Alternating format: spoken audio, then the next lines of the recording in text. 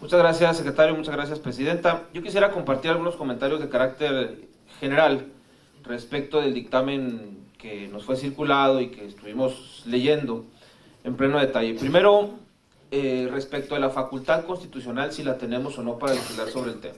Mucho se ha dicho que la seguridad interior es parte de la seguridad nacional, de tal suerte que el que puede lo más, puede lo menos. Y me parece a mí que tenemos facultades suficientes para poder atender este tema en particular, que es el tema de seguridad interior. Hay un glosario de definiciones respecto de seguridad nacional, seguridad interior, la declaratoria además en el artículo 4 de la propia ley. Por lo tanto, no somos omisos en el tema de la definición de seguridad nacional, porque lo estamos remitiendo a la ley en la materia, y me parece a mí que eso satisface los temas que se han venido comentando. También hay que decir que desde que se inició la discusión de este tema, se han dado una serie de foros con presencia de organizaciones de la sociedad civil, a la cual fuimos convocados los integrantes de la Comisión de Gobernación, y lamentablemente pocos fuimos a esos foros. Pero muchas de esas observaciones que se hicieron en estos foros están incluidas en los dictámenes, están incluidas en el articulado de la propia ley. Por lo tanto, me parece a mí un despropósito el decir que no se escuchó a nadie, cuando sí hubo una serie de foros y a los cuales fuimos convocados por oficio todos los integrantes de la Comisión de Gobernación. Hay que decir también que es importante precisar que la propia ley de transparencia clasifica en su artículo 190 los temas de seguridad nacional, es decir, los reserva, y siendo la seguridad interior parte integrante de la seguridad nacional, es un tema que se queda reservado de acuerdo a la propia ley federal de transparencia. No es un absurdo por parte de la propia comisión. Señalar también que el tema de derechos humanos es un tema que se cuida y se cuida bien por parte de la comisión, porque hablar de derechos humanos es garantizar el pleno ejercicio de las libertades y de las garantías que tenemos todos los ciudadanos, pero no podemos garantizar libertades y el ejercicio pleno de estos derechos si tenemos un clima de inseguridad o no tenemos paz en este tema. Por lo tanto, la seguridad va ligada al tema de los propios derechos humanos. Me parece a mí, pues, que esta disposición o esta ley también cumple con aquel reclamo que se ha ventilado respecto de la militarización del país.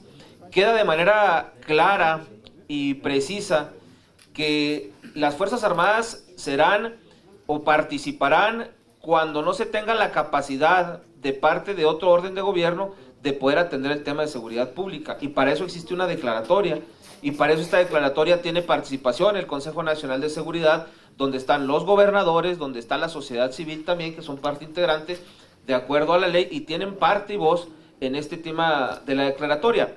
No es una facultad exclusiva del presidente el hacer la declaratoria, también las entidades federativas por conducto de las legislaturas pueden hacer una solicitud, y me parece a mí que la representación de los mexicanos está en los legisladores locales para poder hacer ese planteamiento al propio presidente de la República y poderlo garantizar. Es importante también que no se pretende sustituir. Hay que señalar que en la declaratoria se tiene que establecer por qué causa las Fuerzas Armadas van a participar, y en la causa se tiene que sustentar, motivar el hecho de que no tienen la capacidad para atender un problema de inseguridad que se presenta en una región del propio país. Por lo tanto, es un tema que está claro y que se tiene que especificar en la propia declaratoria de acuerdo a lo que establece la propia ley, porque la propia ley de seguridad interior establece los criterios y requisitos que debe de cumplir esta declaratoria. Ahora bien, hay argumentos también que señalan que la seguridad interior debió de haber sido un capítulo en la Ley de Seguridad Nacional.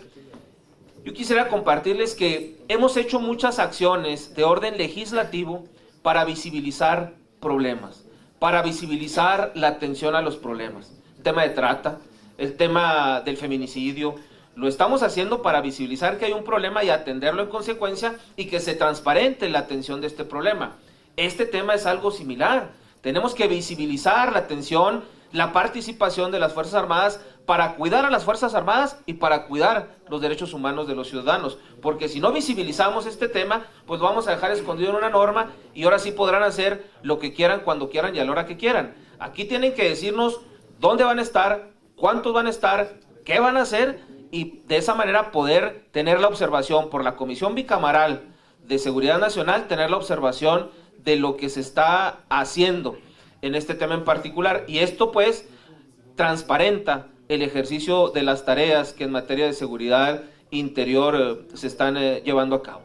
Concluiría mi intervención poniendo un ejemplo que me parece muy ilustrativo respecto a la necesidad de los protocolos que establece la propia ley que se tienen que celebrar. Se hace la declaratoria, se nombra un titular, un comandante, valga la expresión, del tema del lugar específico, y se establecen protocolos de participación de las autoridades locales y las autoridades estatales y municipales. Así lo prevé la propia ley. Y yo pongo un ejemplo claro de un hecho que no se previó en su tiempo y en su momento, y lo pongo por mi estado de Chihuahua.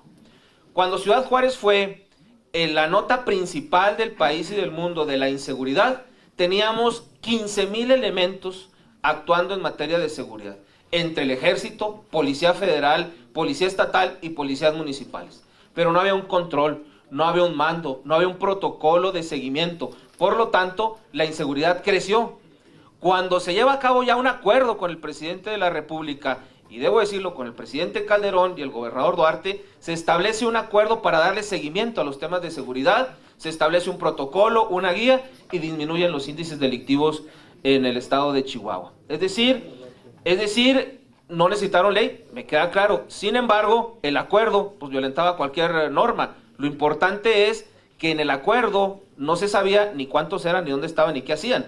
Hoy vamos a saber, con esta disposición, porque es una obligación legal, saber cuántos son, dónde están y qué hacen.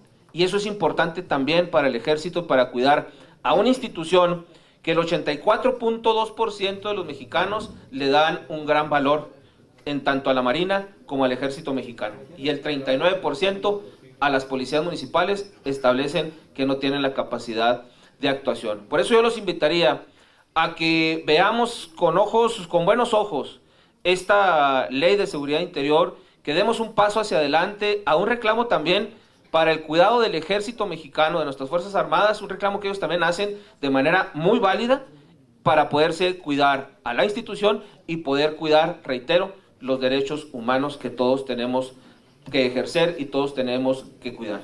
Es cuanto, Presidenta.